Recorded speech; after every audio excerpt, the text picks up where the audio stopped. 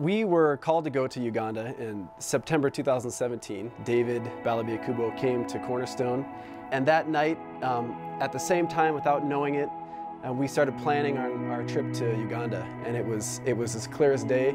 I think that, one thing when God calls you on mission, you have to be open to hear that call, and we were open, but it definitely wasn't what we expected. The first time I played here for Cornerstone, Tracy Brown was praying over everyone on stage. She came outside and said that she had received a word about all of us. I didn't know who she was, and she didn't know who I was. And she said, "I saw on you the spirit of Abraham, and I saw you surrounded by many African children." And I almost fell out of my seat because nobody knew at the time that we were even considering moving to Uganda, but that was probably one of the strongest affirmations that God was calling us to do that. I think the other part about our call is that every step that we took, the door was just wide open. When we were going into our fundraising stage, our planning stage, getting rid of our home, our cars,